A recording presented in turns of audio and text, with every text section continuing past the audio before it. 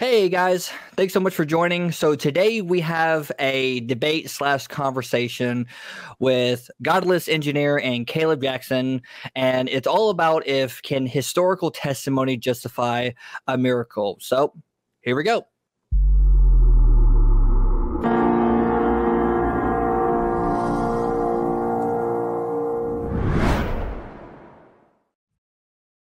All right, so we got the one and only Godless engineer. Appreciate you coming. And then Caleb, appreciate you coming. One and only Caleb Jackson. So, guys, can a historical testimony justify a miracle? And I know we talked about it a little bit before. We're going to give a brief opening statement on it, on each other. Honestly, there's not much of a time limit. This is more of a conversation anyways. I want you guys to be able to substantiate your points very well, however you want to. I don't even care. This is just more like a conversation, which is what I like to do. So, Caleb, we're going to start with you. So whenever you are ready, just go ahead and take it. Yeah, thanks for having me on. Do we want to do introductions first, or are we just going right into it? Figure definitely introduce yourself, and then if you want to share your screen, do anything like that, I'm here for you. So I'm Caleb Jackson, as he had said. I call myself a theological hobbyist, so I'm not currently studying anything related to philosophy or theology, but I do find it interesting, and I have written some pop level books on it. I'm currently writing a fairly large book on the topic of miracles and miracle claims, and so that's what sponsored this concept for this discussion that we were having today. I think Hunter originally had suggested doing a debate on the New Testament or the historicity of Jesus, but that would have, knowing John, that's kind of his area, and he's done a lot of stuff on that. That would take a very long time for me to prep, and I was not about to do that in 3 days. So, so I was like, let's just do it. John's like, you dodged the bullet. I did. Yeah, that would be a lot of Richard Carrier to read that I don't have time to. So, that's mine. John can go ahead and introduce himself while I'm getting this set up if he wants. Yeah, go for it. All right. So I'm John Gleason, the Godless engineer. I have social media stuff everywhere: Facebook, YouTube, X/Twitter, all those places. I'm just Godless engineer, and I pretty much just produce content for the other side of the conversation, being that I'm atheist, and so I just engage in topics like today, as well as the historicity of Jesus, and just other topics in the sphere of atheism, where that intersects with just everything. That's pretty much me. If you like what I'm saying here today, just find me wherever you're at socially, I guess. Yep. Which, by the way, for anybody who is watching this live or after, wherever you're watching this, both links to both of the speakers today are down in the description. So Godless Engineer, his YouTube is down there, and there's a link to his website and everything else. That's how you can find him. Also, Caleb and his writing and his books are also in the descriptions. Definitely check them both out. I've been, checking them out and looking at everything that they do, and it's just really great work in what they're doing, both of them. So definitely check them out. Which you guys, everybody who knows me, knows my name's Hunter. Bit of a headache, so I'm not going to try to be too involved. But at the same time, if I just want to carry on the conversation, then, I'm just here because this is what I love to do, after all. So cool. And I see, Caleb, you have your screen here. So let me go ahead and share this for you. Do you got something to say? No, I was just going to say, I don't know if John, is his mic a little blown out to you? Yeah, I think something switched on your end there, Hunter, because you went silent for a bit, and then it changed to a different mic, so you're a lot louder right now. This is how you know we're doing it live. It's clearly not pre-recorded, so that's what happens when you do it like that. It's keeping it real. Is that better? Is this better? I don't think it's as clear, but it's not like cutting out. So how's that? That's good. Just lower the volume a little bit, maybe slightly. Let me. I will do that. All right, so I'll go on mute while you do that. So let's go ahead and share your screen. Guys, you always know when it comes to live streams, there's always going to be some form of technical difficulties. Just we don't live in a perfect world, unfortunately. So, but all right. So, Caleb, share this for you. Okay, so let me know, because I'm looking at mine right now. So I'm going to slideshow. So is that full screen to everyone else? Yes? Yes. Okay, great. So, yeah, as we said, the topic today we're discussing kind of history, testimony, and miracle claims. Can historical testimony, in theory, justify a miracle claim? I'm not necessarily here to defend every miracle claim in the Bible, regardless of whether or not I actually accept those as legitimate. But we're talking about more about epistemology and historical method in terms of how would we or could we even establish a miracle by this way. So first of all, how are we defining a miracle? We often hear people say, oh, my child was born, it was a miracle. Well, that's sweet, but that's not how most philosophers or theologians are defining the term miracle in this case. Miracle, I think, was defined very well by Robert Larmer, a philosopher, who writes, it is an unusual and religiously significant event which reveals and furthers God's purposes, is beyond the power of physical nature to produce in the circumstance in which it occurs, and is caused by an agent that transcends physical nature. So really there's three elements that we see in this definition. One is that it is a religiously significant event, that is two, that it's caused by God, and three, that it's something that has an irregularity that transcends the normal laws of nature. So people often think of that when you think of walking on water, or turning water into wine, or ascending into heaven, and so forth. These are things that aren't normally with standard laws of physics and so forth as we know them, and so people appeal to supernatural agents. Now, it is true that if you look in ancient history, certainly Christianity is not the only religion with miracles. There's plenty of other ancient religions that one can look at. You can look at the cures of Vespasian through the Egyptian god Serapis, where when he's in Egypt, he allegedly, according to Tacitus and Cassius Dio, and I think Suetonius, heals a blind man and a man who has a arm that's been injured. You have the resurrection and ascension of Aristeas, which is mentioned by Herodotus, who dies in a wood chipper's shop. And is seen, he disappears and appears before people again. You have Apollonius of Tyana, who was a miracle worker contemporary with Jesus, who also allegedly healed people and exorcised demons and disappeared in front of his followers and so forth. And you have, which I have pictured here on the right, Honi the circle drawer, who was a Jewish rabbi who allegedly drew a circle during a drought and prayed to God, and all the rain came pouring down. This is according to Josephus, the Jewish historian. And he basically was able to control the weather through the power of God, at least according to this story. So how would we have all these stories, but how do we know if any of these claims are legitimate, right? We have this idea. Would this be enough to verify it? Well, I think that I would agree, and I'm sure John would say this, we should not just take all testimony of this kind just at face value. We should not just say, yeah, miracles can happen, so someone tells me that, sure, I believe them, no questions asked. We should be skeptical and critical, and we should look into these. Now, I would argue that we don't just dismiss them outright, but that we can look at it. So there's a couple criteria that I think we can set, and this is my version of what some other philosophers like Tim McGrew have said.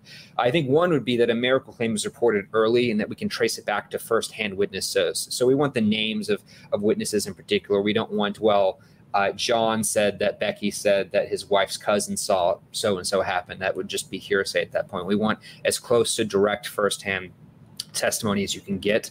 We want a miracle that occurs in a public place in front of many witnesses. So we don't want something that happened in the privacy of someone's home where only one person saw it. So most alien abduction cases are of this nature, where you don't have 500 people who see the body taken up into the spacecraft. It's usually just one or two people in the bedroom who happen to remember being abducted by aliens or so forth.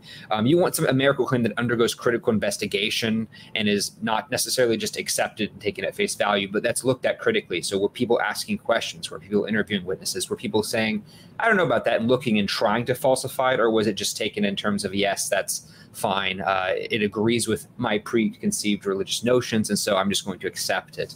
Right? You don't want a miracle that necessarily just agrees with the established opinion, because there's not going to be any kind of investigation, even attempts to falsify it. So if it was false, it'd be very difficult to know if there's no investigation.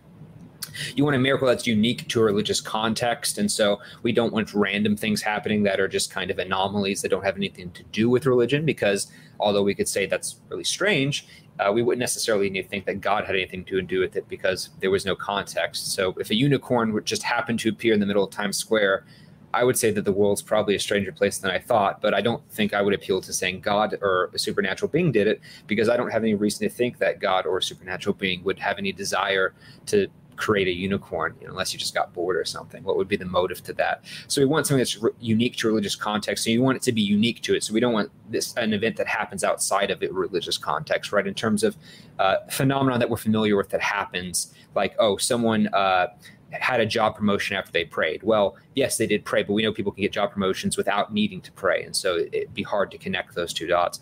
And lastly, we want the miracle to have occurred in conditions that are optimal for accurate reportage. So when we look at eyewitness testimony, there's various degrees of it. Some people have testimony that's very unreliable. So if an event happens when it's really dark outside from a far distance, if it involves a stranger, if it involves a robbery where there's a weapon of some kind, a very high tense adrenaline moment, like a car accident or something, people are not going to be remembering the small details. Their brains are going to misremember a lot of those details.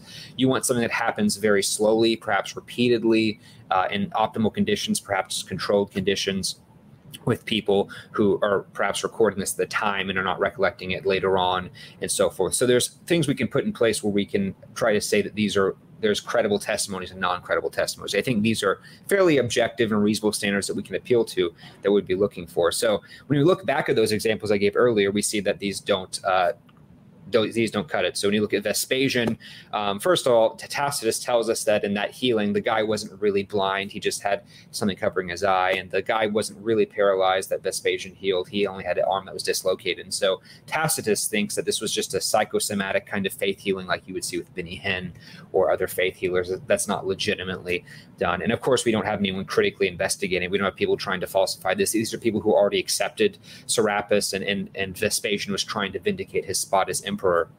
And so there's that kind of self-serving motives there. Same with the resurrection of Aristeas. This was reported by Herodotus at least a century or so after the events allegedly happened, and these are passed down. There were obviously no living witnesses for Herodotus to interview, so this is oral tradition, and so that gives us quite a lot of room to doubt. Apollonius Tatiana, likewise, was written probably about a century or so by Philostratus after his death. Now, there's debate as to whether he was using earlier sources by his disciple, but we also don't have critiques of this. We don't have critical investigation. In fact, this was written up deliberately to vindicate a temple for Apollonius to compete with Christianity. So there's a lot of motive there to do it. There's not a lot of objective kind of critical investigation. And miracles by Honi the circle drawer, this is also relatively late when Josephus reports it. And likewise, this would be an event that would be kind of mundane. Rain can happen. People can get lucky. Praying for rain during a drought, although it's relatively unlikely, is not absolutely impossible. We do know rainstorms can happen. If it was raining blood or raining, fire or something, maybe that would be different. But calling rain of itself is not that impressive. So I would like to propose two main arguments here in terms of this now. So we have an argument from analogy. So it is very hard to look at these things from thousands of years ago and to verify them. I concede that. But I think we can look at analogous events in today's world and retroactively put that onto history. So Craig Keener is the most famous one who has done this in terms of looking at the data. So he cites Pew Research from about 2006, 2007, in which you can count there's hundreds of millions across the globe of charismatic Christians who believe they have seen a miracle. And that's only including charismatic Christians. That's not including non-charismatic Christians in other religions like Hindus and so forth that have a lot of miracle claims. Now, he nor I nor most people would say all of these claims are legitimate. Absolutely not. We can concede that 98% of them can be explained perhaps by people lying, by people being mistaken, by people being credulous, and so forth. But the point is not that all of these have to be legitimate. The point is that we do have contemporary analogies to these things, and so we can't just dismiss them completely as legend per se. We need to look at them on a case-by-case basis. And we do find eyewitness testimonies today of very similar events that you'll find in the New Testament, whether it's multiplying food, healing various diseases, exorcisms, controlling the weather, so forth. Again, not saying that all of these are necessarily legitimate, but that we do have eyewitness reports of these, and so we shouldn't just necessarily dismiss them offhand. We should look into them. And by the same vein, if one does think that they can trace some historical memory to the New Testament or to the epistles of Paul, then we can apply that same standard there in that way. Another part of this argument from analogy, I think we can give an example. We do see healings that have biblical characteristics that occur today that would parallel those seen by Jesus. For example, in Mark 2, we have a story where a paralyzed man is healed by Jesus. His friends lower him to the building, right? He gets up and everyone's amazed. Now, this sounds like an incredible story. A paralyzed man walking again instantaneously at the command of prayer without, physical rehabilitation or medicine and all that stuff. That sounds quite unusual. That couldn't happen today. And yet we do have religiously significant events that have happened today. For example, Leo Perez was healed on August 27, 1978, was in a wheelchair for 20 years. During a faith healing service by the Catholic priest Ralph Diorio, he was prayed for, holy water was thrown on him, and he got out of his wheelchair and started walking again for the first time in 20 years. Now, prior to this, he had been completely paralyzed. His waist had been almost completely immobile. He had been paralyzed on his left side. He had originally had a herniated disc that he was injured from an accident, and this got worse, and a botched surgery left him completely without feeling on that side, and he had to have a cordotomy to relieve the pain. And a cordotomy is done where they don't really do it that much anymore, but in the 50s they would do it to sever the nerves so that you'd be without pain for terminally ill patients, usually cancer patients. But this was when pain meds were not as good. So he was on pain medicine daily, even after the cordotomy, had no feeling and was completely paralyzed, had muscle atrophy, and was considered permanently disabled. And so the same at the time when he was prayed for, he gets up and starts walking, and he immediately visits his doctor that same night, actually. And his doctor's made by this. So in the press that was interviewed later, his general practitioner, Dr. Mitch Tinnerwitz, who works at the Cooley Dickinson Hospital up in Massachusetts, did interviews where he verified this and provided the medical documentation to show that Leo really had been paralyzed for 20 years. And I have the quotes up there where he says, Leo was totally paralyzed in a wheelchair for 20 years, never having use of his legs from the day of his last of 5 operations from a disc and lower back problems. His 5th operation was an operation of the relief pain, which was talking about the cordotomy, which was intractable. It was a cordotomy of the upper spine, which left him totally without sensation in the shoulders down. Afterwards, when he was healed and he visited his doctor again that same night and on follow-up examinations, without any kind of physical therapy or medication, his doctor was amazed and couldn't explain how he started walking again after being prayed for. He said, Leo is walking extremely well. His muscles have returned to a degree adequate to keep them aggregating, that to a degree is a typo, quite nicely.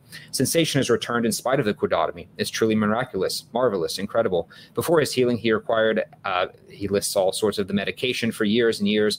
Another amazing thing about this man is that he suddenly, with his healing, stopped taking everything, all the pain meds. There was no withdrawal. He took nothing of pain, nothing for sleep. He didn't even take an aspirin. That's miraculous in of itself. So here we have a similar case where you have a person who really could not walk, and at least in this latter case was certifiably paralyzed, could not walk for 20 years, was on various pain medicines and did not have any expectation of getting better, and was instantly and completely healed after being prayed for by a miracle worker, a holy man. We do see analogies to that in the modern day, and so one can say that whatever we think of it, this is a category we can appeal to when we're talking about the New Testament or other things in ancient history. Last argument I'll make here is an argument from shared features, which is to say that if we have miracle testimonies that have sort of unintentional parallels with each other, then it might be best explained through memory. So to give an example, we have hundreds of testimonies of people who allegedly claim to have seen the 17th century Catholic priest, Joseph of Cupertino, or friar, more than a priest, levitating. I don't just mean levitating a few inches or for a few seconds, but levitating tens of feet off the air for 10, 20, 30 minutes at a time to where he'd be in a trance state and have to be lowered back down. And the weird thing about some of these testimonies is that they would mention that his clothes would be very tight on him when he was doing this, which you would think that levitating, your clothes would be hanging from the gravity, right? They'd be very loose, like when you're falling in that way. And I have the quote there. But when we look at other accounts that are, as far as we can tell, probably independent from people like Jerome and others, when they're talking about people who are demon-possessed who are levitating, which is quite an extraordinary claim. He mentions the same thing about how when they're levitating, they'll levitate upside down, and yet their clothes, their skirts don't fall on top of them with gravity. They just stay straight and stiff, which is not something that you really expect if someone was floating. So these details aren't really explained, but the fact that we seem to have 2 or 3 different reports mentioning this weird detail indicates that this really could be deriving from a memory. It's unlikely this would just be a coincidence, and it's unlikely that this was intentionally redacted on behalf of Joseph witnesses to try to compare him to a demonic possession in that kind of way. So I think the best explanation here is that there is some kind of memory to explain these details. So last thing we'll go over is explanations. Okay, so let's say that we can verify that something happened with certain testimonies in history, but what do we think of it? Do we dismiss it? There seems to be lots of possibilities. How would we rule out deception, that people were just lying? Well, it depends on how many witnesses you have. If those witnesses don't have an interest in spreading this message, if they're just relatively third parties, independents like doctors, and they're impartial, and if the witness has been shown to be credible in other cases. So that would make this outright deception very unlikely. Legend hypothesis, where people just pass on stories and so forth through orally without checking them, you're going to need to trace it back to make sure you have first-hand accounts and it's not just passed on. That way you can get the details and it's not exaggerated as much. And that, what about people who mistakenly or inaccurately report things, where they exaggerate or misremember things? Well, again, this is going to depend on the case, but it depends on the situation. So if you have multiple witnesses, you can rule out just one person. You can see how the details coincide. You want controlled conditions like medical scenarios, like we saw with Leo's case, where a doctor is studying it with, modern medicine, medical technology, where it's not just a quick glance in memory. It's looking at records that were written down at the time, and any other professional sense that you'd have. And of course, the particular details of the event. So if we look at Joseph Cupertino levitating, if it was something that happened one time, a few inches off the ground for 2 seconds, that could very easily be exaggerated, misremembered. But it's very, very hard to be mistaken if you have 2, 3, 4, 5 people say, yes, we also saw Joseph levitating in the air for 30 minutes, 20 feet off the ground unaided. That's not going to be something you are just going to easily misremember in terms of, oh, he just hopped up for 2 seconds. I just happened to get that detail wrong. That's going to be something that's really hard to get wrong, and it's that extensive. And of course, what about an unknown natural mechanism? Maybe there's just some natural law out there that we just don't know why it happens, but we'll discover it one day, right? You can say lightning we thought was caused by Zeus, but now we know it's not. It's caused by electroactivity in the atmosphere and so forth. Well, again, it depends on the situation, but I would say that if we have something that occurs exclusively in a religious context, which lightning does not, that would be partial evidence for it being a theistic explanation. And it also depends on if it has natural features that are unlike a normal healing, a normal event. And that's what's called the Lambertini criteria, which I have not gone over in this speech, but I have gone over in other pieces of work. And so the theistic explanation, is God a better explanation for some of these phenomenon? Well, I would say that if there's a God, by definition, he's all powerful, all good, all knowing. This is just going by the classical definition of God in that sense. And I think that it's likely, plausible that a God who is perfectly good and so forth would want a world with miracles, because it would allow him to show his mercy and love on people who are suffering, and it would allow him to vindicate messages. So you'd be able to know, oh, this is from God, this is God's prophet, this is God saying this, and it's not an imposter, because we know people fake things all the time. We know that people have imposters and false religions. So miracles are stamping for God to say, this is the correct one. We can do things they can't, right? And miracles contain these benefits, but of course we don't have a world where it's only miracles, where all prayers are always answered, because then there would be no triumphs for us to overcome. There would be no evils for us to have to defeat. We wouldn't be able to have much free will. Everything would kind of just be handed to us. We'd be spoiled. So we live in a world where there's a lot of hurt, a lot of stuff we have to overcome. But of course, there's still miracle reports every once in a while. They don't happen so frequently to where we can't have a normal process in life, but they don't happen so rarely to where we don't have any credible accounts either, as I would argue. And so I think this is consistent with the theistic hypothesis. So the data that we see many miracle claims, many of them admittedly not credible, but some of them really interesting and really hard to disprove, really well documented, are consistent with the idea of there being a all-powerful God who wants to perform these things for the reasons I already gave. And so I would say that miracles are better predicted and better explained under theism than atheism. So those are basically all my 3 points. Not all miracle claims should be believed, but we have those criteria to look at which one should or shouldn't. Modern parallels do establish a precedent that we can put in our background information to say we do have these kinds of weird events that happen after prayer that we can't explain. So if they happen today on occasion, why not think they happened back then on occasion? And in many cases, we know that I would say theistic explanations do have superior predictive and explanatory power than the natural alternatives. So yes, I would say that in certain cases, historical testimony could, in principle, verify a miracle claim to lead to belief in the supernatural. So yeah, that's my opening statement. So good stuff. All right, and I don't know if I'm still loud or not. Am I still loud? Can you guys hear me? You're good. Yep. Good. Okay, awesome. All right, cool. Good good introduction. And then John, if you want to share, you say you don't have a PowerPoint, right? No. Okay, cool. Well then, yep. Just go on ahead. Okay. Well, I'm more interested in the discussion part because I feel like that's where a lot of the work actually gets done. So that's why I opted to have a fairly short and concise sort of opening statement here about miracles and historical evidence for miracles. I am a methodological naturalist, so I feel like if anything is happening in reality, then it should be detectable and should be quantifiable in reality through some kind of scientific means, through either empirical evidence or something of that nature. I feel like you would need a lot of evidence in order to prove that something supernatural exists. So, I mean, I feel like you'd have to first start off by proving that the supernatural exists in order to be able to get to miracles happening and being the best explanation for a particular event. Basically my position is that if it happens in reality, then it should be quantifiable in reality, and we should be able to describe it in reality. And if we have to appeal to something outside of reality, then that's I guess I don't know how to comprehend that particular thing, because if it's happening within reality, then it has to be describable within reality. And so I have problems with that. And I do have a number of issues, that I was carefully taking notes, or at least trying to during the opening. So I have a lot of problems with that. Where my main problems really lie in this being proof for like a god, or it being evidence of a god, however you want to describe the god, is how do you discern your particular miracles from other people's miracles that seem to prove their particular deities? And like what is the discerning aspect of that? Because I feel like once we get into that area, you get into a lot of cherry picking and specially pleading for a particular definition of God and for particular miracle events. Because as everybody knows, every religion out there has miracle claims, like Hinduism, Buddhism. They all have these healing miracle claims. They have miracle claims concerning like statues. I believe in it's either Hinduism or Buddhism.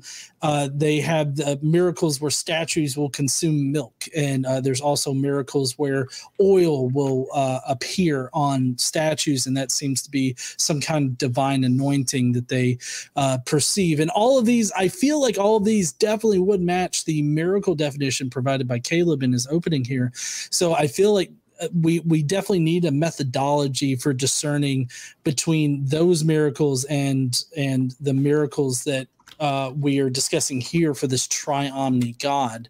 And so I have problems with being able to make that to discern between those two. I have a lot of issues with, because this particular event happened, let's say it's supernatural, how exactly does that prove any certain definition of a god, kind of thing, which I think Caleb did a fairly good job of sort of boxing in this idea of miracles to one particular deity, and like setting up criteria that where it's only prayers to one particular deity that proves that that deity did something. But I still feel like there's a bit of a logic gap there with, this happened, a prayer happened, prior to that. So that means that these two things are connected, because I can totally see instances where somebody's like, I prayed to God and then this thing happened, and therefore that means a miracle happened. And then, there's the idea of all the witnesses. I still feel like it's more likely that people can be just simply wrong, even if they, completely believe in these miracles, completely believe in the supernatural aspect of it. I still think that they can be wrong just because of how our brains work and how easily people can be fooled into either false memories or be fooled into thinking that something happened when it really didn't. I think the proclivity of that happening is definitely going to always be vastly more likely than a miracle happening. So, that's pretty much where I stand, and I can't wait to get into the discussion, which I know my opening's far less impressive than Caleb's opening, but I was really interested to hear Caleb's defense of miracles, so I'm glad that he was able to get all that out and set this in the appropriate context. But again, I'm more interested in the discussion part, so that's why I opted for this. Yeah, absolutely. And also, just for the record, you had a good introduction as well. So you led a good foundation explaining your points. Both of you did really good. I also took notes from both of you, and I got lists. I'm kind of a fast typer myself. And so pretty much you didn't have to take notes from mine. I could have just sent it to you, right? It would have been easier for you. Nah, I like when I take notes, it helps me memorize stuff easier. Haha, see what I did there? Anyways, so going into the conversation, so John, you're the one that seems to you see more. What was it that you said? That there was a logic gap in between what Caleb is talking about. So I guess we can start with that, where we're talking about boxing miracles to one particular deity, and then Caleb, you opened up with multiple examples of other miracles happening, and yeah, those aren't as attested. So I think that would be a good place to maybe start. If you guys, I don't know if you guys agree with that or not, but yeah, it's fine. So to Caleb, just to kind of start it off, how is it that from the one miracle claim of, say, the deity of God to all these other religious miracles, what constitutes those as being more reliable than the other ones without forming a logic gap? Yeah, no, that's fair. And in fairness, I wasn't trying to, like, at least for the sake of this debate, argue that, like, it's a particular deity, like all the religion's wrong. You could, I'm not defending this position, but one could be a pluralist and say, well, it's a God who just thinks all religions are inclusive and just wants to help people, doesn't care, right? I wouldn't personally defend that, but one could say that. But no, I would say that that's why it's a great question. It's a very common question. That's why I tried to start off with talking about these kind of criteria that I think we could put in this place and look at in terms of assessing likely from unlikely. And so I completely concede, by the way, with a lot of these criteria, and that many, if not most of the miracles of the Bible even wouldn't pass this. So I'm perfectly fine with conceding that for the sake of argument in that way. So I think that these are fairly objective. I don't know, John, do you have any issues? Do you need to see those again? I don't know if you had written them down in terms of those criteria. You're talking about the criteria for miracle claims? The criteria for the testimony in terms of like assessing like more credible from less credible. That was on like the second slide, I think, second or third slide. Yeah. Well, I mean, I have criteria for miracle claims, which includes early firsthand witnesses. Yeah, that's it. Okay. Yeah. So, I mean, early firsthand witnesses, I mean, I feel like all of this really relies on the idea that, and maybe I'm wrong about this, but a lot of this kind of seemed to really rely on the idea that if there are early witnesses to it, and there's a lot of people that say similar things, that they can't just be wrong about it.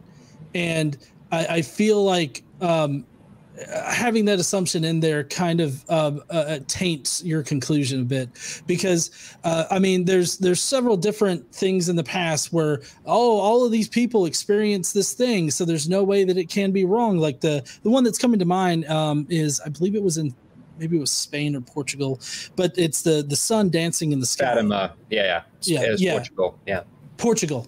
And I mean, sure. I mean, a lot of people saw it and everything like that, but I still feel like, considering how the sun, what we know about the sun and what we know about physics, I feel like it's far more likely that these people all just sort of were influenced, or they just experienced something that seemed similar, and they just fabricated something in their mind, and they're just simply wrong about it. Like, I think that they fully believed in whatever they experienced, but I still feel like the proclivity for people to just be wrong about things is far greater than actual supernatural things happening.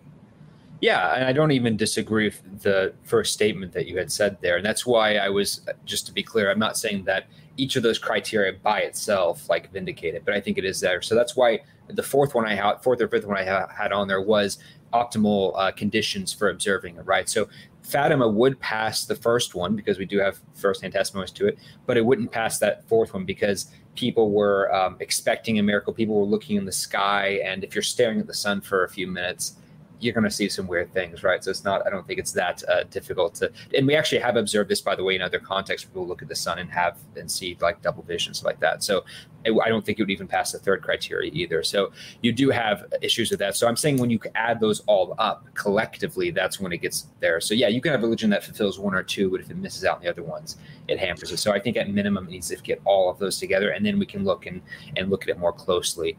But yeah, I don't even disagree that people can, in principle, be deceived and come to false conclusions. But it depends on the circumstances, right? Like when you have a circumstance of someone, as I'd mentioned the example, who was paralyzed for 20 years, and this isn't just like, oh, I know where I just watch it, but you have medical evidence of like, oh, he has a doctor's appointments, they perform these tests, and that would be perfectly acceptable in a court of law in terms of a doctor testifying to a patient. We do that all the time with medical malpractice suits and stuff like that. That's harder to be mistaken about because it's in controlled conditions and it's not just happened once really quickly. It's repeated observations over a number of time, right? So I think that would be better. That would be a better example than someone who just saw something happen one time in a group hysteria like Fatima, I think. Right. So let's go with the Leo Paris thing, because I tried to look up, like while you were talking about the Leo Paris thing, I tried looking it up, and the only thing that came up on the internet are crank websites. Well, it's not from this guy. Yeah, it's from it's from a book by a psychologist, actually, is the primary source, which I can send you if you want. It's actually on Internet Archive. A book, I think it's from the late 80s or so. And some websites take that and do other stuff with it. But. So let me ask this: how is that a critical investigation? Like, because in everything that you had said, like there's claims about a doctor verifying this, but there's no actual doctors. Like, I didn't expect you to have this in your presentation, but just coming from a more skeptical sort of point of view, what I would expect to see are like doctors' notes or doctors like lab reports or something like that. And as far as like going for a critical investigation, as it kind of seems right now, all we have is anecdotal evidence of, oh, hey, this guy says that he couldn't walk for 20 years, but now he can. And that you have to understand that seems a whole lot like all of these faith healing con men out there that find somebody that can technically be called paralyzed or blind or some other kind of ailment, but in reality that they can get up and they can walk around and everything like that. So if you get them appropriately energized with enough brain chemicals going on there to push down that pain, you can make it seem like they're all healed now, but then they're really not. So just from a skeptical point of view, it more seems like it's just another faith healing con man that is trying to con people into believing in this faith healing snake oil. Yeah, no, that's a good clarifying question. So obviously I did not have, I did have the quotes from it, but I didn't have the documents in front of me for the sake of this presentation. But in the book, I do have more extensive quotes, and most of that comes from Paul Rode, who was a psychologist who had this in a book, and he talked to the doctor, and there's also other newspapers, which I didn't cite here, that I can give you if you want, from the time, who interviewed his physicians and so forth. So, credible, local newspapers interviewing this. So there's not much of a question. This guy actually was his doctor and had done all this stuff. So I think that his medical history isn't overly questioned in that sense, in terms of we can talk to his doctors and give the names and the institutions they worked for and so forth, and people have, and media outlets have in that sense, and get that kind of information. So in terms of now, we could say maybe that really did happen, and maybe it's just some weird phenomenon, maybe it's just people happen to get better, but that's when we would need to look at the details in terms of, okay, this was instantaneous, even though he also didn't have muscles, by the way. After that, he was still severely atrophied. He did eventually build up the muscles again about 3 months or so after the healing, but he was able to walk in spite of that initially until he built up the muscles. So, but chordotomies and so forth don't typically go away. You can get chordotomies that have typically, if you get it for pain, most people who get chordotomies die within a few years because they're terminally ill.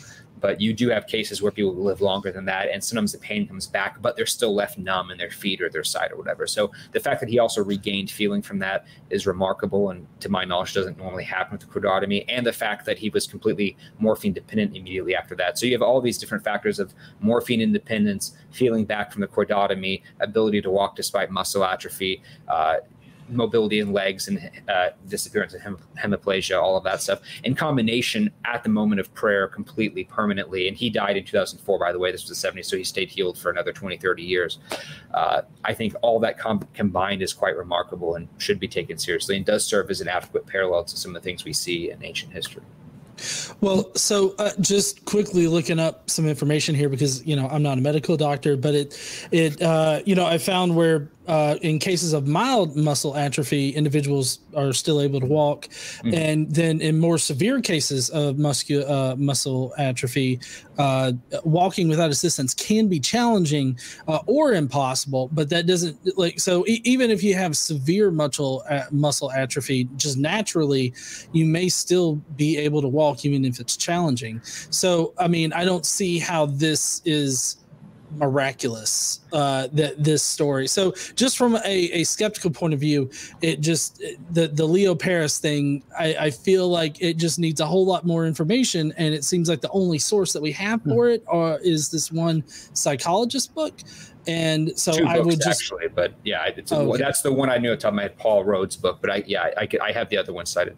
But with the muscle atrophy thing, that is true. It depends on the extent of it.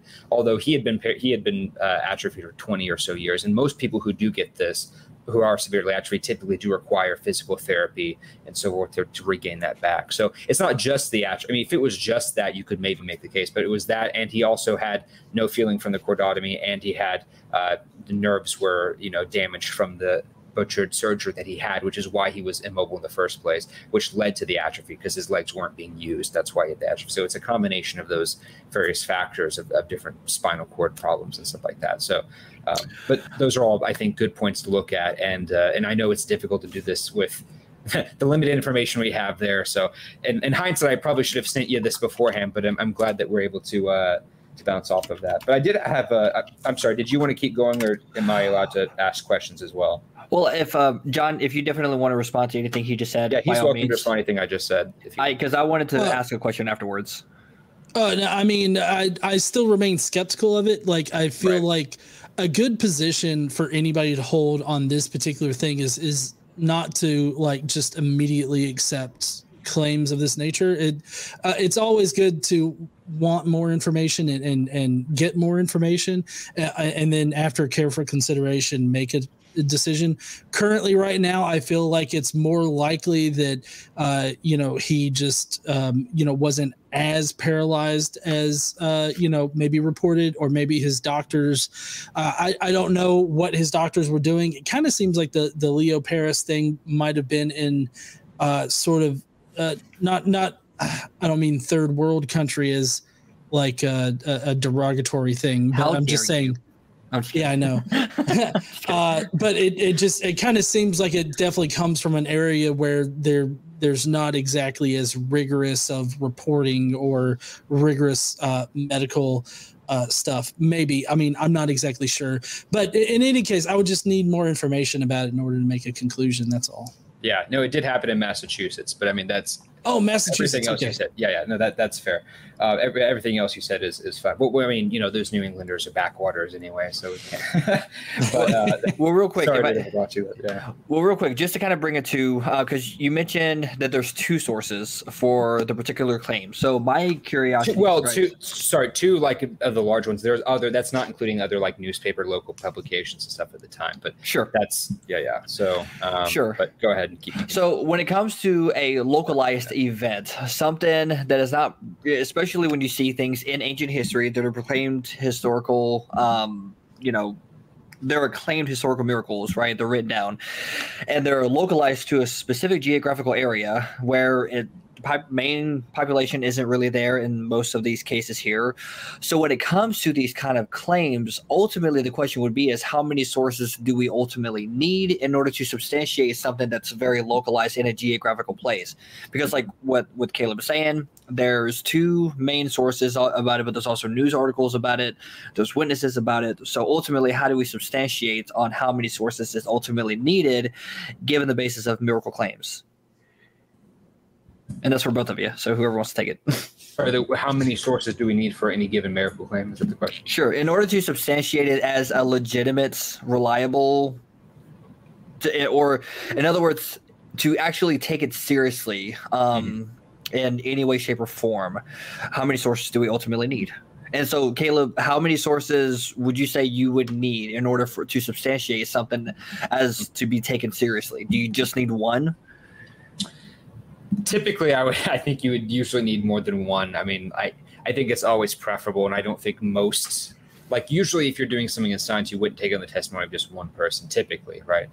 Usually it's peer reviewed and attempted to be replicated. Now that's not always feasible to do, and you do have cases where people publish a paper on a case study that can't really be replicated, nor is it extensively witnessed. But generally, I think it would be better to have that, and so it depends. It also depends on the nature of them. So I would rather have let's say if it was like with the healing miracle, like the Leo Paris thing, I would rather have like 2 or 3 doctors in him than I would have 10 witnesses, but they're all like they're not medically trained. They don't know the details. They could be, because I think that those would just be less credible because it'd be easier for them to be mistaken about something. So it really does depend on the circumstances, but I would say you would want at least several really credible witnesses in optimal viewing conditions, right? That's kind of the general standard. And I think those seem to me to be very reasonable conditions. And this is just a comment that was in the chat as well, just to kind of bring it. And by the way, if anybody says anything in the chat, I made it to where they have to subscribe to me first to say anything. So they really got to like me in order to stop all the hate mail, right? Yeah, exactly. Yeah, that's because that's how it works. No, I'm just kidding. So, and that's, and John, I definitely want you to answer to, I want you to get just as much time answering all these questions. Just another thing before Caleb, if I know you wanted to ask some questions.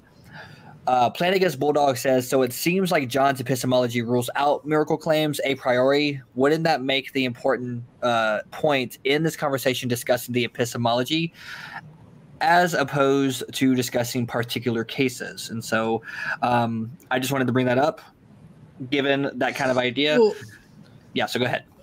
Well, I mean, I would say that I haven't necessarily ruled out miracles. I feel like miracles would require a suspension of the natural order of reality. Is that like a bad assumption there, Caleb, or would you agree? I would probably use the word intervention. Suspension makes me think that you're like the laws of physics just stopped working for a certain moment. And I think that's a little misleading. I would say it's God just intervening in that way, but it is a difficult way to quantify that. Well, I mean, if God intervenes, doesn't he have to suspend the natural order of reality in order for him to intervene? Because like a lot of these things you're talking about as far as miracles go, they work counter to physics, Yeah, well, I would say physics. I mean, physics and science in general relies on closed systems typically when you make a statement. So when you're saying an object in motion stays in motion, that obviously doesn't apply if a ball is falling and I happen to catch it. Did I defy the laws of gravity? No, the laws of gravity only apply if there's not another force preventing it from happening, right? Or even if you said, is it impossible for a virgin woman to, we'll say human, because I know animals can, to conceive and give birth? You might say, yeah, it would be. And it's like, okay, what if she was artificially inseminated? Oh, okay, now it is. But that's not a miracle, obviously. That's just, a virgin woman by herself, unless you're having something else intervening to do that, right? So yeah, now we're first having condition of, if something intervenes, it can happen, right? So the theist is saying, that's what we're arguing. We're just saying God is the one who happens to do it. We agree that people don't rise from the dead ordinarily, but we're saying that God intervenes, right? If I can interrupt real quick, yeah. As far as Newton's first law of motion, as far as like a primary component to physics, the actual law states an object at rest remains at rest, and an object in motion remains in motion, which is what you said, but it continues with at a constant speed and in a straight line unless acted on by an unbalanced force. So, I mean, that's what you described there is still in line with physics. So no, I wouldn't say that you broke the rule because you followed the rule. Same thing with, the virgin woman or whatever, like that's still like you're still following physics there with the IVF. So, I mean, I don't see how any of that is really comparable to miracles by God. Yeah, well, I'm just saying God is doing the same thing, except for he just is an agent who's outside of it. So I don't think God is breaking the rule. If God happens to stop a ball that's falling and levitates it, I don't think that's breaking the laws of physics because it's being acted on by an outside force. So I don't think it's inconsistent with Newton saying. The only difference is that we don't have the ability to do that in terms of we can't intervene the same way God can. Right, but I mean, shouldn't we be able to detect that force? Like if God is working within physics, then we should be able to describe these things with physics. If he's not stopping how physics works normally or how the natural world works normally in order to do his intervention, then we, at that point, it would be indistinguishable from just natural shit happening. Sorry, I didn't mean to curse on your channel there. Normal, natural stuff happening. Now, if it starts a cuss storm, that's where I started really, okay, we got you. But I don't care. Okay. Yeah. I mean, I don't think we can, like, I think that is a really interesting question in terms of, like, let's say that Jesus was walking in water and we could somehow measure the water under it and see if there was like a slight inch of gravity of him hovering over it or something, or the water not genetically, molecularly different than normal water. I think that in principle it could be, but then you would just ask, well, why is it that the water suddenly like added all these atoms in? So I think it could be consistent with the natural laws, but it would be the case where you would have a sudden change that would be inexplicable. It's like if something set on fire for no reason, like in not a warm environment. If my couch just set on fire and we couldn't find any other cause, like there's nothing in the laws of physics that say a couch can't set on fire, but it wouldn't be explained in terms of why the atoms happen to combust the way they did, because normally you would need some external thing to do that, right? So I would imagine it'd be in that situation. Now, I don't think in most cases we can observe the effect happening in real time, but you can in cases like of healing, you can measure pre and post, like, oh, the bone filled in the gap or something like that. And I do think that does appear like it would be normal, but what a lot of these cases you have where, like if you look at, for example, at Lourdes, France, which is where they have people who go to the spring and they allegedly believe they can be cured by the Virgin Mary there.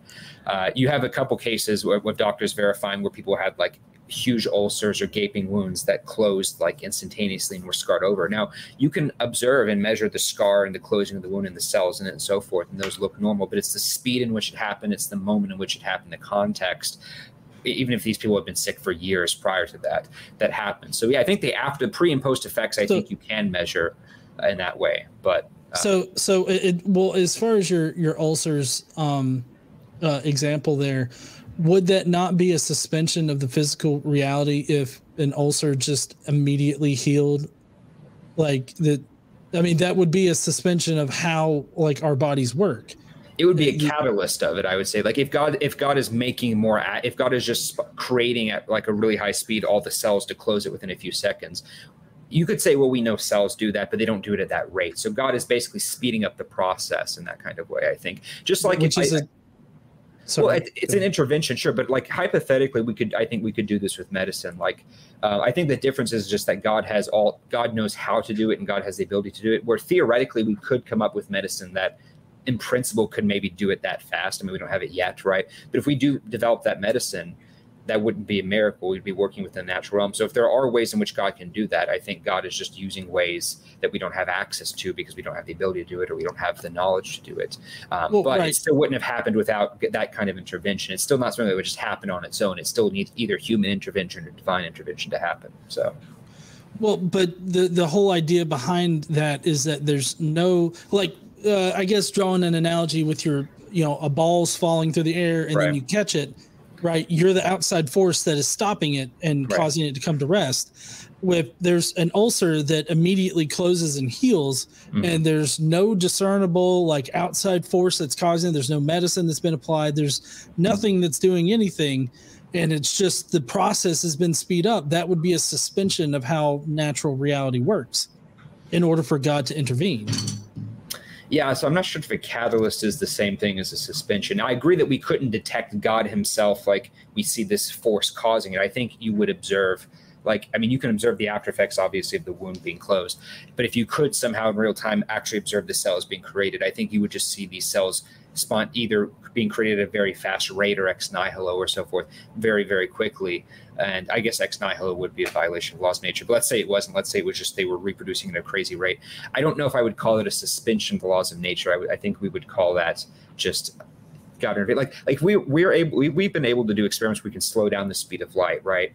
I don't think I would call it a miracle if it's in a laboratory setting, but it's not the case that the speed of light just happens to slow down from time to time. I know there's relativity and stuff like that to look for, but if we happen to do that, I don't think it would be a miracle. So if God happens to slow down the speed of light through his power, it would be a miracle because he's intervening on it. But I don't think that's us doing it would be analogous in that way, or it would be problematic in that way. But I know how it can get confusing metaphysically in that sense.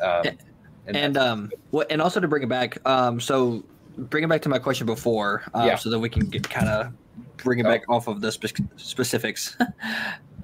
And my camera messed up. No, I can't mess up. I'm still there. We lost him. He's gone. Yeah. Okay, so Caleb, you answered the question about how many it would take, because we talked about the two main sources, and then other sources as well. So, John, to you, like, how many sources do we ultimately need for something to be attainable as to be taken seriously in the realm of a historical testimony to justify a miracle, ultimately? Well, I mean, I think that, anecdotal evidence is probably the worst evidence that you can have. So I don't think that any amount of witnesses can solidly justify any kind of supernatural miracle, happening in reality. I would think that you would need like empirical evidence to show that it's, in my view, and I know Caleb disagrees with this, but in my view, a suspension of the natural order of things for this miracle to happen. I think that you would need some kind of empirical evidence, something that's outside of ourselves, something that we can objectively point to show, oh, this thing did happen. Like in the ulcer example that we just went through, having meticulous, documentation of the healing rate and, all of these different things that, would show, oh, like here, it instantaneously within 1/30th of a second instantly healed. And, here are all the readings for it and everything like that. I feel like that would be harder to explain naturally than just somebody being like, oh, my ulcer healed as soon as I sprayed Windex on it. Right. Like I feel like, and let's say you had 3 doctors that were like, yep, I squirted Windex right on it. And another doctor's like, I saw him, he did it. Like, I feel like the actual evidence of it would be far better than like anecdotal evidence. I think it also, go ahead, Hunter. No, you're good. You're good. Go ahead.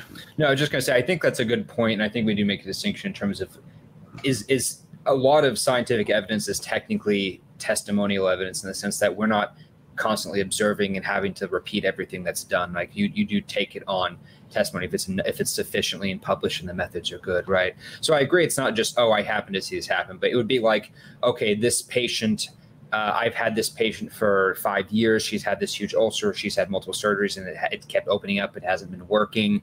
And she then goes, and I was in the room and she was prayed for and it instantly closed. And then when she came back, we performed a few tests and we confirmed that, yeah, the skin really is there and all that. It wasn't makeup. We did that. And she came back a week later and it was still there. And I've followed her up on, 2 years and every time it's still there and hasn't come back.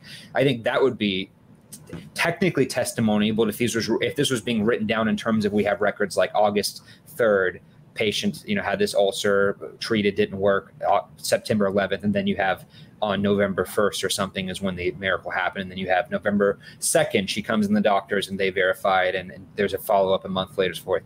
That kind of evidence where it's under controlled conditions, where people are actually making these observations, it's not just having to look over like, whoa, that's weird, and then just recalling it, but actually observing it as we would with any other medical process.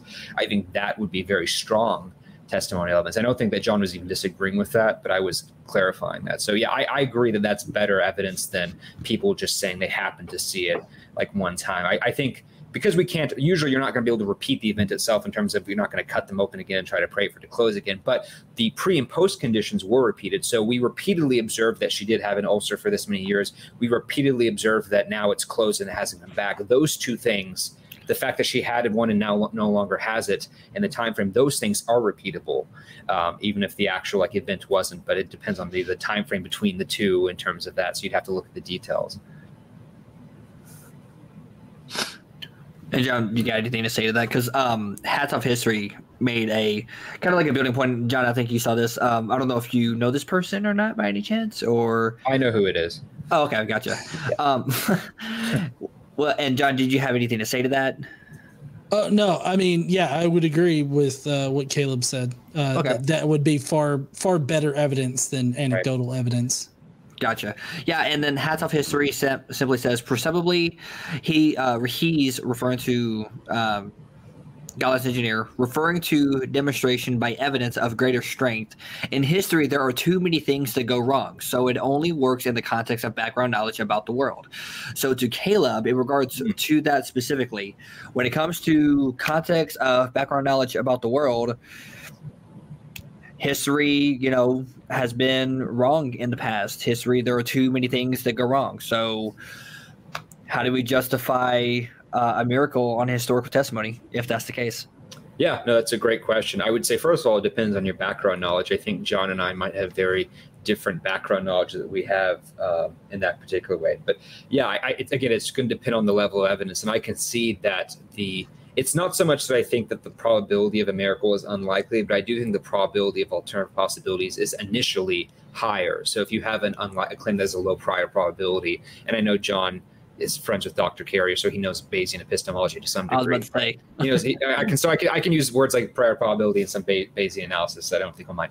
But you could have a relatively low prior, and the posteriors for alternative possibilities are initially higher. You do have to consider those. But if you can roll those out systematically, or at least with a high degree of confidence, then I think that does help it. And so it really just depends on how easy it is to roll those alternative possibilities out. But yes, I don't think that I don't have an issue. In my background knowledge, I'm not a methodological naturalist, and I know that's a whole nother discussion that would probably take another 2 hours to just on that topic. But yeah, I think that if it's plausible, I don't think you even have to demonstrate with like confidence that the supernatural exists, only that it's plot. You know, if there's a 20% chance or so that that's there, then it's at least a theory we can throw out there. And even when I think John had mentioned this in the initial rebuttal when he said that you need to prove that you need to demonstrate the supernatural exists, or I don't know if he used the word demonstrate, but you need to be confident of that before you can posit it as a theory. And I would say that, well, we can have models that make predictions about it. So, for example, before we discovered the Higgs boson, there were mathematical models that said, well, if these are correct, we should expect to find it here. You didn't have to say we have to find the Higgs boson before we can postulate it. You can hypothesize it before they found it. Same with the planet Pluto on mathematical grounds. So you can, in theory, make it have a theory that makes predictions without actually affirming it in advance. So I think you can say that if the supernatural or this model of the supernatural is true, here's what we would expect to find. And then if you do happen to find those, and it's more consistent with that data than it is with the alternative data, then that's what you'd have to take into consideration about that. Well, so the problem that I have with that is it was my understanding that as far as miracles go and the supernatural, as far as God goes, is that it's not predictable. Like I feel like that's one of the prime components of the like this divine miracle sort of topic that we're discussing here is that, and I believe that you had this in your opening slides, that, you know, that the miracles are not guaranteed to happen. Right. God uses miracles to somehow express his love, which is a totally different, maybe that's a totally different topic that we could discuss, but to express his love, but too many of them would take away our autonomy. And so what me as more in my analytical mind, what that says to me is that miracles are not predictable. So like, you know, Stacy can pray to find her keys. She may or may not find her keys. You know, it's up to God as to whether or not she finds her keys because she prayed. Same thing with the child that has bone cancer. They could pray, and you know, it's totally up to God as to whether or not he decides to cure that kid of bone cancer. And so, which I've never heard of any kid being cured of bone cancer or any serious disease like that. But I'm just saying that it seems to me like in the ways that you're talking about being able to predict, like the planet Pluto or the Higgs boson, we cannot predict God's miracles. Like we can't predict which prayers God is going to answer in the affirmative. Right.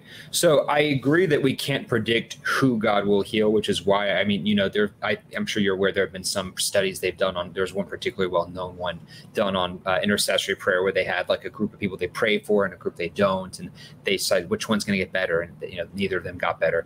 And I agree. I don't think you can say, well, we know God's going to answer these prayers, because you could say, well, maybe God doesn't answer it. And you also can't rule out that those people are praying for themselves too, right, or their families. So a lot of methodological problems with that in general. But I agree with you that we can't predict who God would heal, but I was more talking about the framework and saying I would expect a world in which miracles, or at least credible ones, occasionally did happen in a way, and that they would happen in religious contexts to people immediately after either, you know, prayer or visiting a religious shrine or something that was explicitly in a religious context. So in that sense, I think we can say what if they were to happen, what context would they happen? So I agree we don't know each individual, but like if we had a world in which there were, and you might think this is the case, if there were no good verified accounts at all, or a world in which miracles happened in terms of would just autonomously without prayer, it just kind of unicorns are popping into existence for no reason every once in a while, that I would not predict under theism in my model. So that I think would be a big challenge to predictions I was making. So it really depends on what your model is proposing.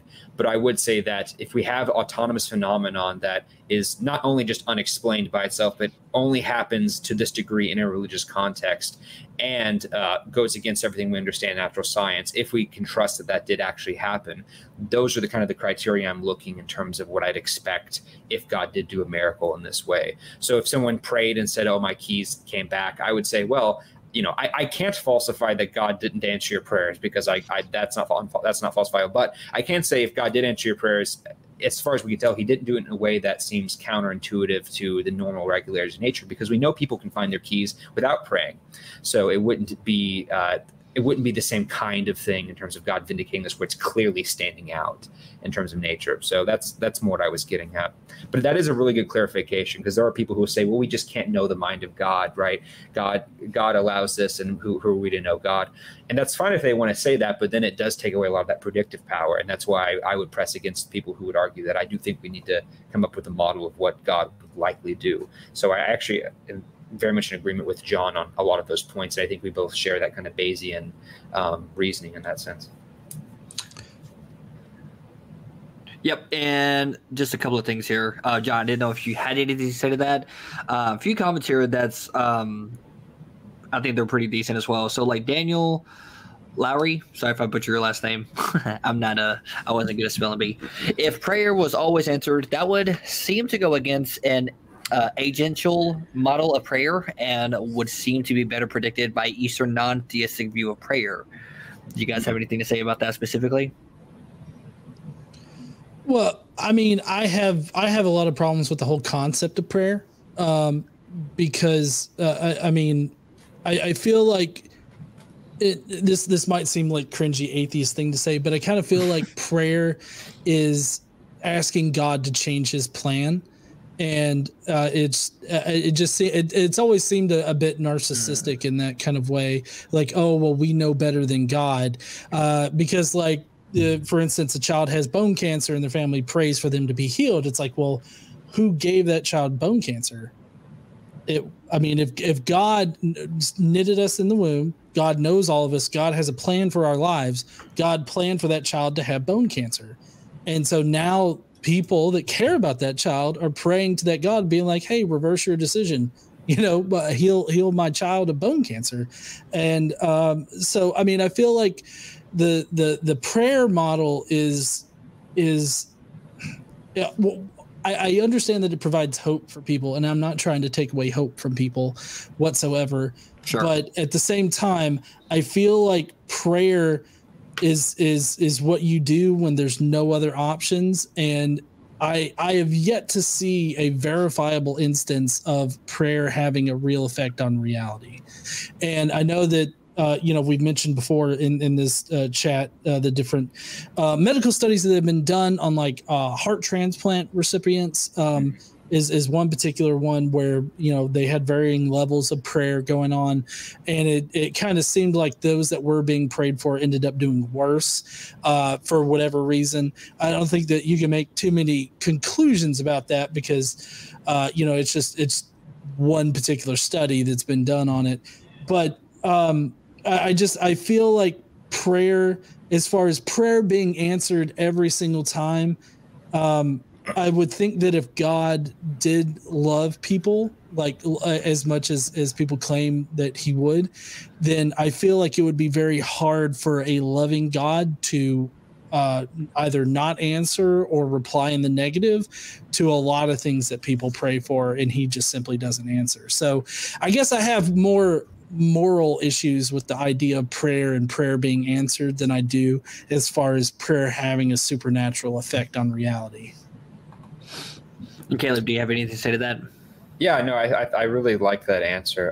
I agree with Daniel that I think if you had Well, I would generally agree that if you had like where the case where prayer was answered every single time like repeatedly in like laboratory settings, you could say maybe this is some natural phenomenon that seems like if we repeat these conditions, like lightning, we can repeat, and if we know which conditions it occurs under. So you could say that if this is an agent with free will, then he can do whenever he wants. But if this is a mechanism that we can repeat under controlled conditions, then it's probably some natural phenomenon we just don't understand yet, right? So you could make that argument. Although I would say, at least to Daniel, that I think there are cases where if you still had that religious exclusivity, so like let's say that if you were Catholic, which I'm not, but if you really believe that the Eucharist transforms into the blood of Jesus Christ, right? And let's say that you could verify this, and we could go in and look and see if the blood was actually blood and so forth. And we could do this every Sunday, every Mass, whenever it was called. That would be repeatable and so forth. But I think if it still only happened like in that context and it never happened just to wafers in general, unless there was some kind of really weird conditions in the chapel itself, which we'd have to control for, I don't think I would say that the fact that it occurred mechanically and repeatedly makes it any less remarkably a miracle from God. Because like, why is it only happening in this religious context and not something that we could do in a laboratory outside of prayer or something, right? So I don't know if I agree with that, but I think John brings up a lot of really good emotional points about theodicy and answering prayer. And I do go into that in some of the work I do. And it's a really, I think, good question. It's something a lot of people bring up in terms of are miracles unfair to people, that God would answer some prayers and not others. But I do think that prayer is meant a lot of times for our own spiritual growth and humility. But I also think that it's plausible, and this depends on your view of God's foreknowledge. But if God does know the future, I think that he very well could have built the future in with our prayers in mind. And so God knows that John's going to pray for X on this particular date. And so God sets it to where on this particular date it'll happen. Like how if you're out for an email, if you have an office, you have your automatic email reply. It says, oh, I'll be out for this time on vacation. Like you set it in advance for a particular time. God could potentially be doing that with that, knowing what you're going to pray for so that it lines up. I'm not saying that that's how he does it, but I think that's plausible. So, and that way you're not really changing God's mind. God is actually, in some cases, creating the universe with some of your prayers in mind so that he can answer them. So. Well, I mean, I feel like that makes it quite indiscernible from, not praying at all. Because, I mean, if God is already crafting reality with, your foreactions or your future actions in mind, then I think that there's no way for you to discern whether or not God has answered your prayer or whether or not God is answering prayers in general. I mean, I guess I have a really big issue with when people say God answered my prayer, because like, how do you know that it wouldn't have just naturally occurred without you praying? Like I just depends on what it is. I mean, yeah, if it's like, as you said, like a bone cancer that didn't go away otherwise, and it like instantly went away when you prayed for it, like that would be, and we didn't have any other examples of this happening outside of prayer, that would be pretty, I think, decisive, or at least very good evidence for thinking something happened. But if it's something like finding car keys, which we know happens outside of the context of prayer, then you could say, well, how do we know this just wouldn't have happened? And this is people, I mean, Derek Lambert, right? Like people like who say, oh, I was an addict on drugs and Jesus saved me. And I'm not trying to dismiss anyone's testimony on that, but I wouldn't call it a miracle, because yes, there are people who get off of drugs without religion or God, and whatever you make of that, I don't think that's the best case we can point to because of that exact reason. So I'm not saying that God didn't answer their prayers, but I completely agree that kind of prayer answering, that would be unfalsifiable. But that's why I'm trying to stick to things that are more spectacular in terms of things that don't normally occur outside the context of prayer, like things that transcend, we don't want to say suspend, transcend natural law. So awesome. And I bring up this comment one more time because there was another comment that came through that I think kind of brings this back as well. And that's from In Philosopher's Garb. GE, what non-circular argument do you have that all miracles claims are false? Testimony is usually innocent until proven guilty, so why should we think those reporting miracles are guilty? So in retrospect, I'm sure we can see from the other comments where it's history, there are too many things that are wrong, so it only works in the context of background knowledge about the world. So it's like, history has shown to be false because actual other claims about that same exact event in history have shown the actual historical data of what actually took place. So in regards to this, when it comes to testimonies from a historical sense, why, I guess ultimately the question is why should we automatically just assume for them to be guilty as non-reliable? I guess that's ultimately the question he's getting at. Yeah, and I'm not exactly sure what he means by non-circular argument. Like, I don't think I presented. No. I don't think he meant it like that. I think what non-circular argument do you have that miracle claims are false? I'm not saying you're doing that. I'm saying, like, do you have one that just by contrary is just non-circular? I think he's saying a lot of people who use like Humean arguments against miracles say that Hume is making a circular argument. So I think that's what he's doing. Yeah, that wasn't toward you. He's saying that John is doing, I think, is what the question is. I mean, I took it as him saying that I've been providing circular arguments, which I don't think that I have been. But in any case, I come at this as from a very Bayesian point of view, because I feel like we all do a lot of Bayesian reasoning in our daily lives, just in general. And so in my experience, my background knowledge is that, the miracles that have been suggested in the past have either been explained naturally or they've been shown just simply not to have happened. And so, like, that's our base for it.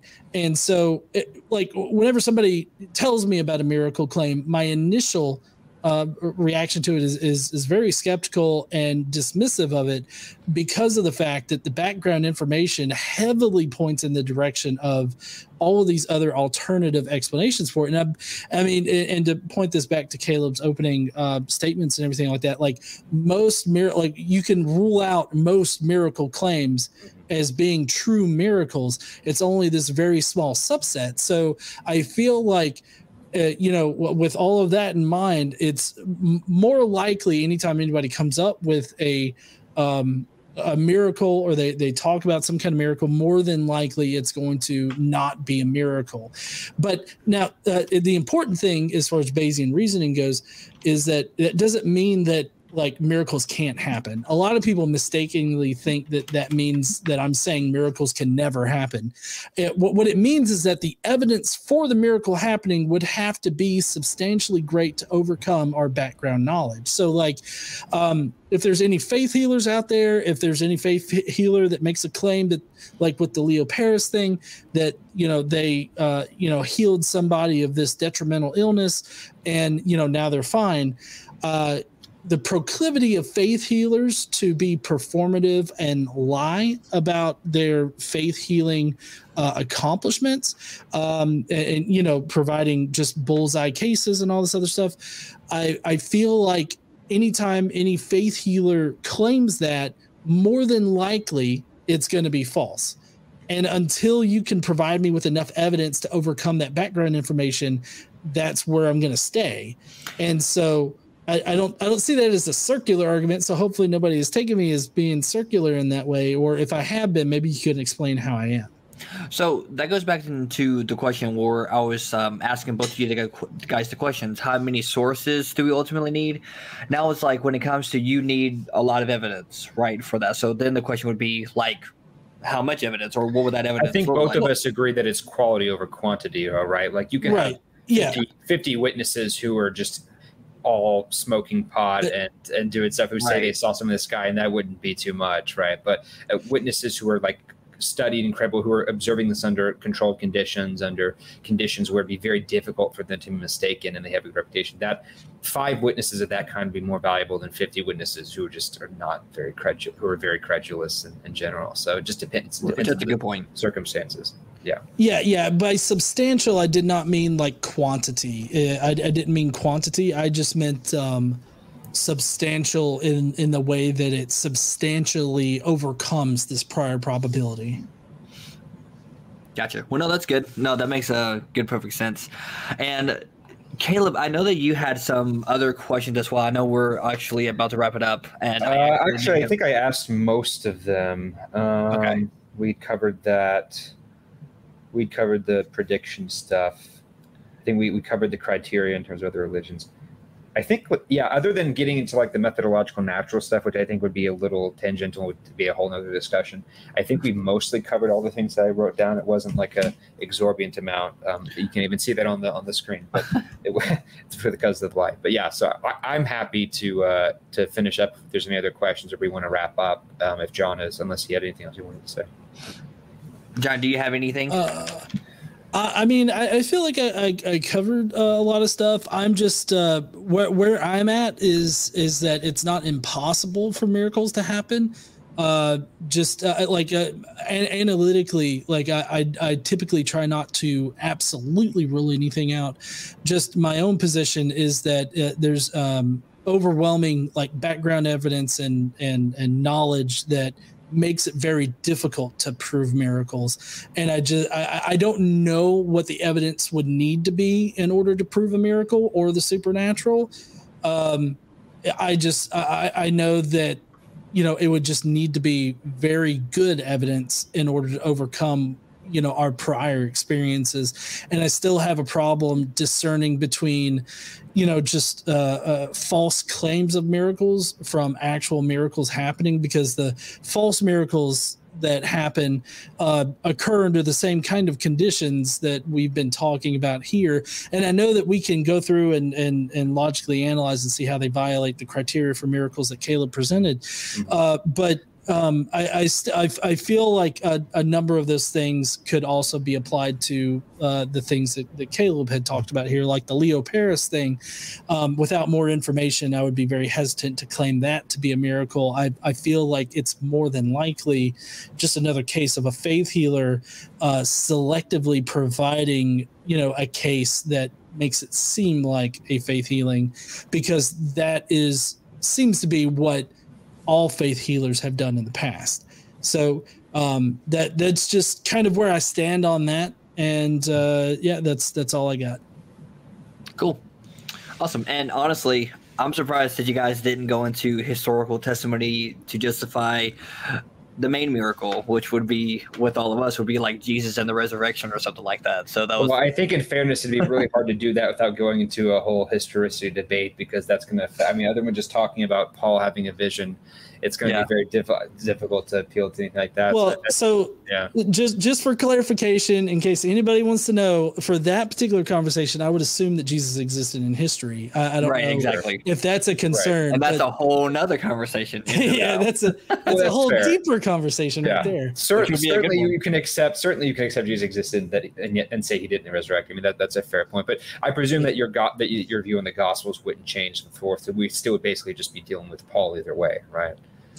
I mean, yeah, I feel like Paul's our earliest account. So, I mean, that would be the account that we'd work with. I know a lot of people like to argue for the reliability of the Gospels. So I don't know where you land on that. But for me, Paul seems to be far earlier than the Gospels. And I mean, I think that most of the evidence kind of lies with Paul. Yeah, I'm not Eric Manning. So you could, I know you've already talked about that before, but I'll save that conversation for someone else. Well, cool. Well, maybe one day we can actually set that up and have that conversation. Or we could do it on the conversation of a person who has the degree in New Testament textual criticism, or is getting it or whatever. You know, the one who has a channel called Everything New Testament.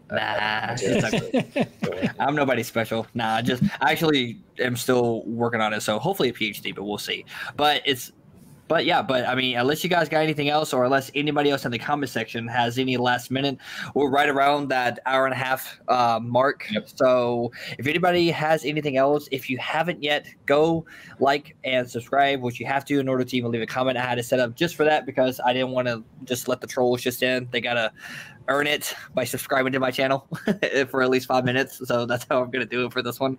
But it's been good. It's been a real good conversation. Hopefully, definitely, we can have more conversations like this. And I don't have a headache from lack of sleep and lack of food. I'm just a little hermit just living under a rock. I got nothing going for me. No, just kidding. But I appreciate you guys so much. And if you haven't yet, both the links are in the description of this video specifically. And it was I love this comment here. Very cordial discussion. And other people are like, thanks for the combo, guys. this is what I love to do. This is what I love to see. I love good, cordial, civil conversations. I do not like dumpster fires.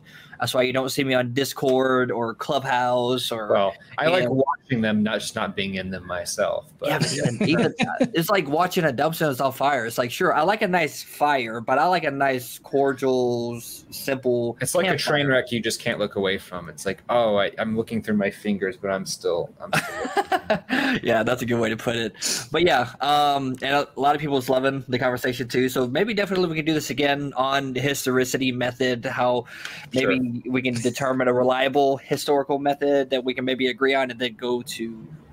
We'll just start like us three will just start our own little podcast here, and we'll just do it here. And wow, okay. Eventually, we'll get to the book of Revelation. He can just drop his old channel and just do it. Yeah, podcast. Yeah, just drop it for a channel. Yes, everything you guys are doing, just drop it. Just come to my channel. We'll do this all together. Right, it's all good. Well, cool. Well, awesome. Well. Again, appreciate you guys so much. This has been a lot of fun, and I hope that we can definitely do these things again. Because John, but like I told you before, I've been watching you for years. Caleb, we've talked many times. I think, we've talked like quite a few times actually. We follow each other on Clubhouse and stuff like that, and had conversations on stuff. So a lot of good things have been happening, and I'm hoping a lot of good things will keep happening for both of you, because you guys definitely, I would say, know your stuff. Personally. So with that, we're going to go ahead and shut it down for here. But I appreciate everybody who has been watching. If you haven't liked the video yet, please do help this channel so that we can have more cordial conversations like this. Because I try to be as fair as I can, even if I don't agree with somebody. I think we can say that, right? But you don't have to answer that, even though you can nod your head. It's okay.